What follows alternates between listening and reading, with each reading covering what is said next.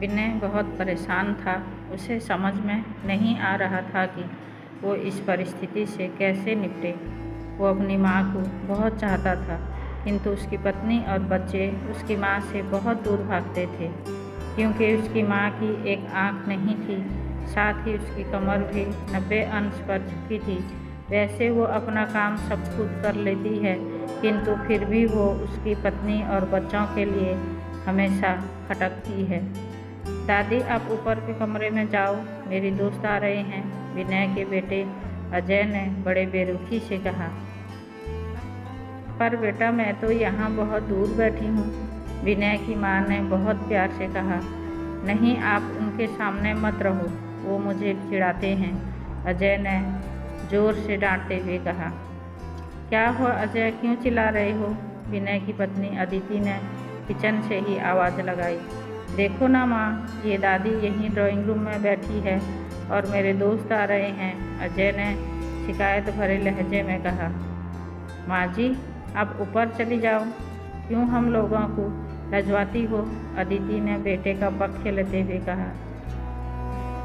बेचारी सरेदा चुपचाप उठकर जीने के सहारे ऊपर जाने लगी। कमर झुकी होने के कारण उन्हें ऊपर चढ़ने में बहुत परेशानी हो रही थी, किंतु वो पूरी ताकत से ऊपर के एक अकेले कोने वाले कमरे में जाकर बैठ गई। विनय बाजू के कमरे से सब सुन रहा था। उसे कष्ट हो रहा था कि उसकी माँ को अपमानित होना पड़ रहा है, किंतु वो असहाय था। अगर वो कुछ कहता है तो पत्नी और बच्चे उसका विरोध करने लगते हैं। दूसरे उनके तर्क भी सही लगते हैं, क्योंकि वो एक प्रशासनिक अधिकारी था। उसका सामाजिक स्तर बहुत ऊंचा था। उसकी ससुराल भी एक उच्च घराने में थी। अंत वो चुपचाप इस तरह हर दिन अपनी माँ को अपमानित होते देखता रहता था। रात को विनय की पत्नी ने कहा, देखो जी, कुछ करो। कल कलेक्टर साहब की पत्नी आई थी। माँ जी अपनी देसी धूमधारा में उनसे मिली। मुझे बहुत शर्म आ रही थी, बताते हुए कि ये मेरी सास है। मैंने कह दिया कि दूर के रिश्तेदार हैं, इलाज कराने आई हैं। विनय को रोना आ गया, किंतु फिर वो भी चुप रहा। उसे समझ में नहीं आ रहा था कि वो क्या करे। अपने बेटे की मनस्थिति को सरेदा अच्छी तरह से जानती थी और बेटे को कोई कष्ट ना हो, इसलिए वो हर बात को चुपचाप सह लेती थी। विनय बहुत उदास रहने लगा। एक तरफ परिवार और सामाजिक स्तर पर जीने की प्रतिबद्धता थी, तो दूसरी ओर माँ। आखिर माँ से अपने बेटे की ये हालत नहीं देखी गई। एक दिन उसने अपने बेटे से कहा, विनय, बहुत दिन हो गए हैं, मैं अपने गांव जाना चाहती हूँ, मुझे वहाँ पहुँचा दो, मेरा यहाँ मन नहीं लग रहा है। किंतु माँ, वहाँ तो कोई नहीं है, तुम्हारी देखभाल कौन करेगा? विनय ने आश्चर्य से पूछा। अरे, सब गांव वाले तो हैं, और वो तुम्हारे मामा जी तो उसी गांव में रहते हैं, और फिर हम सारी व्यवस्थाएं कराएंगे ना। अदिति को तो जैसे मन की मुराद मिल गई हो। हाँ बेटा, बहू सही कह रही है, शारदा ने लंबी सांस लेते हुए कहा।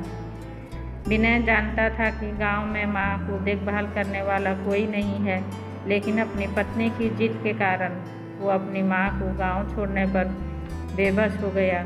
माँ को गांव छोड़कर आते वक्त उसे रोना आ रहा था तथा अपनी बेबसी पर गुस्सा भी आ रहा था, किंतु परिवार, पत्नी और समाज ने उसके इन मनोभावों को दबा दिया और वो सुकून सा महसूस करने लगा। कुछ दिनों के बाद उसके चाचा, जो अमेरिका में रहते थे, आने वाले थे। जब विनय बहुत छोटा था, उसके पिता जीवित थे, तब वो भारत आए थे और उसके बाद वो अब भारत आने वाले थे। पूरा परिवार और आस पड़ोस बहुत उत्साहित था। अमेरिका से विनय की डॉक्टर चाचा आ रहे थे। डॉक्टर उमेश ने जैसे ही घर में कदम रखा, सबने मिलकर बहुत उत्साह से उनका स्वागत किया। क्यों विनय, भाभी नहीं दिख रही, कहाँ है? डॉक्टर उमेश ने उत्सुकतापूर्ण पूछा। जी, वो गांव में रहती हैं, यहाँ उनका मन नहीं लगा, अदिति ने सपाट लहजे में उत्तर दिया। डॉक्टर उमेश ने विनय की ओर देखा तो विनय ने अपनी आंखें झुका ली। डॉक्टर उमेश सब समझ गए।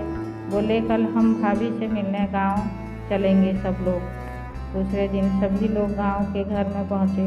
देखा कि शारदा को बहुत तेज बुखार है और वो पलंग पर असहाय पड़ी है। डॉक्टर उमेश दौड़कर शारदा के पास गए, उनके पैर छूकर रोने लगे। शारदा की ये हालत उनकी कल्पना से बाहर थी। वाह बेटा विनय, तूने तो नाम उजागर कर दिया अपनी माँ की ये हालत देखकर। तुझे तो शर्म भी नहीं आ रही होगी। डॉक्टर उमेश ने विनय को लगभग डांटते हुए कहा। नहीं देवर जी, विनय का कोई दोष नहीं है, मैं खुद गांव आई थी। शारदा ने अपने बेटे का बचाव किया। मुझे सब पता चल गया भाभी, आप चुप रहो। क्यों बहू, तुम्हें अपनी सास की कुरूपता पसंद नहीं है? समाज में तुम्हें नीचा दिखना पड़ता है ना? डॉक्टर उमेश ने अदिति को और व्यंग से देखा।